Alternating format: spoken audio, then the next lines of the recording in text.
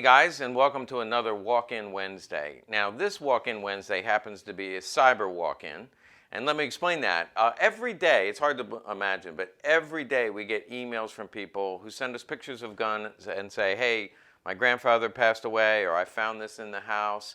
They send us pictures and say, what do I have here? And that's what happened this past week with this particular gun. This is actually a 5th variation, waffen stamped, went to the military. Walther PP. It was made in 1945, and if you watch my videos and you saw the educational video I did on the military guns, I went over an overview of all the military-issued PPKs and then PPs. When I got to the 5th variation, I was very dismayed because I said, oh, I don't have one to show you. I thought I had one in the safe, but it turns out it wasn't there, so I showed you a blank slide 1945.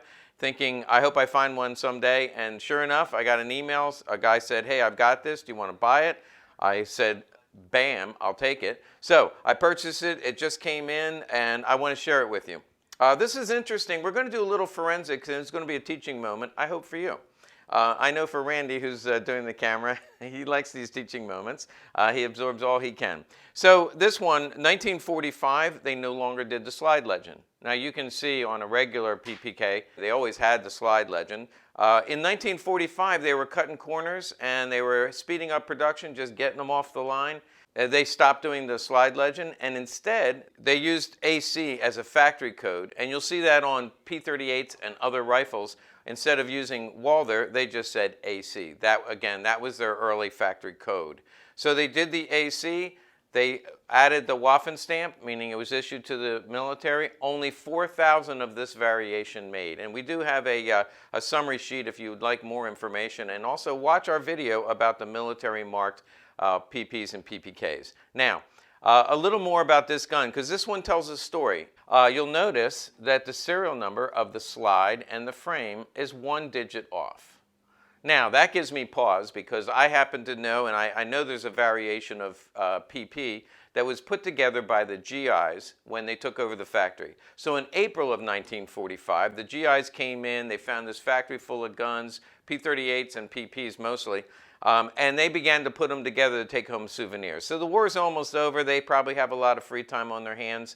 And even after the war, they just hung out in the factory. Sometimes they paid Germans to do it, and sometimes they just put them together themselves. But they just grabbed leftover parts, put them together. They're all mismatched. And there's actually a known variation called the GI assembled PP and also P-38. So this is 1 digit off, and you might say, oh, maybe this was put together by a GI. Not so fast, because it also has an Eagle firing proof, Eagle End firing proof. The GI put together guns did not have any proof marks because, of course, they were not test firing them and approving them for purchase. They were just putting them together to take home as souvenirs. So this one has firing proofs. It was not a GI put together, but it's off by 1 digit. How can you explain that? Well, again, remember the no slide legend? They were just throwing them together, probably less attention to detail, and when they made a mistake, nobody said, hey, stop the presses, we got to do this one over again. They just moved it on out the line. By the way, this is 7.65 caliber, 32 caliber. You'll see some flaws in the finish, and that's pretty typical for an end-of-war gun. One other feature that I want to focus in on in terms of studying this a little bit. You'll see this separation in the left grip panel. See that little separation? Now that's very common in the pre-war guns. So in the 1930s, they used a weighted grip. This is the weighted grip, looks like this, and this is later in the war. As the war started, they were running out of resources, and so they no longer bothered using, there's actually a metal insert in here that weighs this down, makes it a lot sturdier. This is really light and just feels almost junky. This actually weighs 1 ounce. This one weighs less than ½ an ounce. So they knocked off over half the weight. But one of the problems with the weighted grips, and one way I always know a weighted grip, they commonly have that separation. It's not even a crack, it's actually a separation. What happens is the metal insert, when heat and cold, when it expands and contracts, it moves, and that separates puts that little crack into that grip. You won't find that in the non-weighted grip. So this is wartime, this is pre-war. So when I first started collecting these things, and by the way, late war you see a lot of wooden grips. It's very common for me to see wooden grips. Again, they were running out of resources. Plastic in particular used petroleum products, so they used the wooden.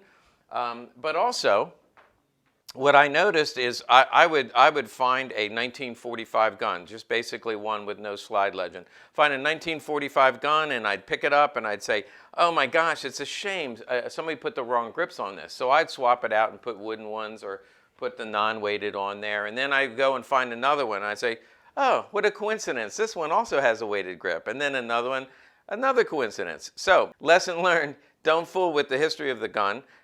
Leave it alone until you've done a little bit of research. I actually have seen that happen with P38s where people are swapping Mauser grips and Walther grips because they think they're wrong. And then later research finds out, well, Walther sent a carton of grips over and there's a certain P38 that uses a Walther grip even though it's a Mauser gun. So don't mess with history. My conclusion, it's very logical. During the war, when they came out with the new grip, and these old grips were separating and showing cracks, they probably just threw them in a box. They didn't throw things away because they didn't want to waste resources, but they threw them in a box. After a while, this piles up, and they got boxes of these old weighted grips that have the separation. End of the war, they're running out of resources. They're using the wooden grips. They're also going to those old grips and sticking them on the 1945 guns. And by the way, the GI assembled, you see the same phenomenon. I called a lot of my collector friends and I said, hey, do you have a 1945 made PP? Yeah, I bet it has weighted grips. How did you know that? I always thought they were wrong. So we're learning. Now, another feature, and this is where you can help us learn some more. Another feature about this gun is it comes with, this is a phosphated mag. I believe this safety lever is also phosphated. They didn't make phosphated guns, but they definitely were experimenting with phosphate finishes. You see that with Walther P38s. You see the safety lever and some of the other parts, you'll see phosphate, and you'll see the phosphated mag. So they were experimenting. And one other thing, on the right side, you'll see a W. This is also 1945.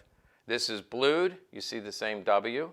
So what is the meaning of W? I've always been told it means it was made in 1945, and the W means unhardened. So remember we talked about skipping steps. You know, they skipped this. They used up these old parts. They also skipped the hardening of the metal. And so to show that this was unhardened, they put that W there. Now here, that's the mystery. I've been looking around to prove that theory, and you can help me out if you know. Some of our viewers in Germany might be able to understand what the W for unhardened. Here's why it's a mystery to me. Here's a 1945 P38 mag, and you'll see a U. Again, 1945, they mark it U. You ask a P38 collector, what does that U mean? It means unhardened. So that creates a little, so is it a W or a U? Which is it? Maybe it's both. You know what? We'd love to hear from you. If you have an answer to that, let us know. And it also shows we're always learning. That's the reason we make these videos. So keep watching.